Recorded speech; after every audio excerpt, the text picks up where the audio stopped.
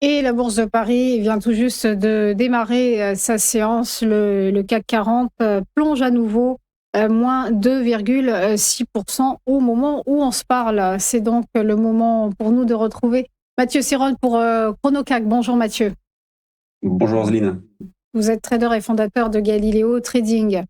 Donc nous vous plongeons ce matin pour le CAC 40 qui sort déjà d'une semaine tourmentée où il a quitté les 8000 points et là ce matin il quitte carrément les 7800 points. Les investisseurs évidemment s'affolent, scrutant l'actualité de la guerre au Moyen-Orient et la flambée, surtout on l'a vu cette nuit, des prix du pétrole. Oui, on entame une nouvelle semaine avec beaucoup de nervosité, des tensions qui restent fortes, donc suite notamment aux frappes israéliennes menées ce week-end contre 30 dépôts de carburant iraniens.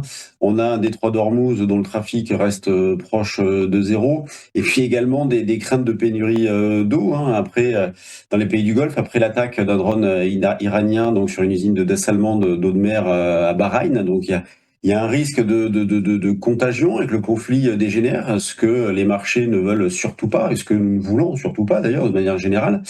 Et quand on regarde les marchés, donc on a le plongeon des indices, vous en parliez, et une forte augmentation de la volatilité. Je vais commencer par ça. Quand on prend par exemple le VIX, qui est actuellement en hausse de 14% autour des 34, on est sur une progression en quelques séances de 80%. Donc nous évoluons précédemment entre les 18 et 20, désormais autour de 35. Le VSTOXX, son équivalent sur l'Eurostoxx, se situe autour des 32. Donc on a de la tension de ce côté-ci. Du côté des indices, les marchés américains ont largement surperformé la semaine dernière. Le SP500 n'a baissé entre guillemets que alors si je prends par rapport à ce matin, ne baisse que de 6,5%. Et d'ailleurs, on arrive dans une zone support intéressante. Moi, c'était un peu le niveau que je m'étais fixé pour un achat sur repli sur le SP500 partant des 7000. Ce que je proposais, ce que je surveillais dans mes investissements à moi, c'était sur un retour sur les 6600 points, se pose la question de faire quelque chose. Donc 6600 points à surveiller sur le SP500, la zone autour des 24 000, 24 200 sur le Nasdaq, et ce sont des niveaux sur lesquels nous sommes actuellement. Donc il y a éventuellement, il faut se poser la question de faire quelque chose, il y a des décisions à prendre. Quand on regarde le CAC, le CAC surperformé depuis le début de l'année, réalisant d'ailleurs de nouveaux records, mais c'est également celui qui baisse le plus fortement depuis. On est sur un repli à ce matin autour des 10%. On avait un pivot autour des 7950, 8050 qui a tenu en fin de semaine dernière, mais emporté par la marée, eh bien, on évolue désormais un cran en dessous. On a également une zone support ici autour des 7800 points. Donc, l'impression que nous donne tout ça, c'est que d'un point de vue, on va dire, graphique, technique, on arrive un peu à la croisée des chemins un petit peu partout. Je vous disais, les États-Unis, les marchés américains sont sur des pivots.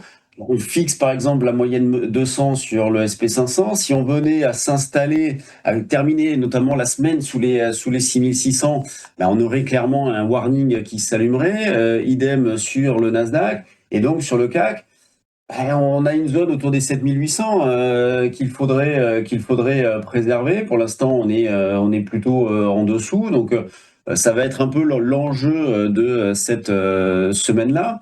Quand on prend le DAX en Allemagne, c'est un peu pareil. On avait une zone support ici autour des 23 000, d'ailleurs autour des 24 000, on va dire.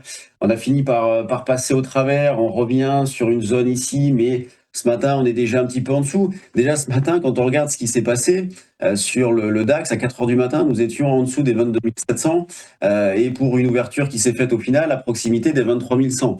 Donc on est dans une phase de grande nervosité avec une volatilité intraday qui est assez forte.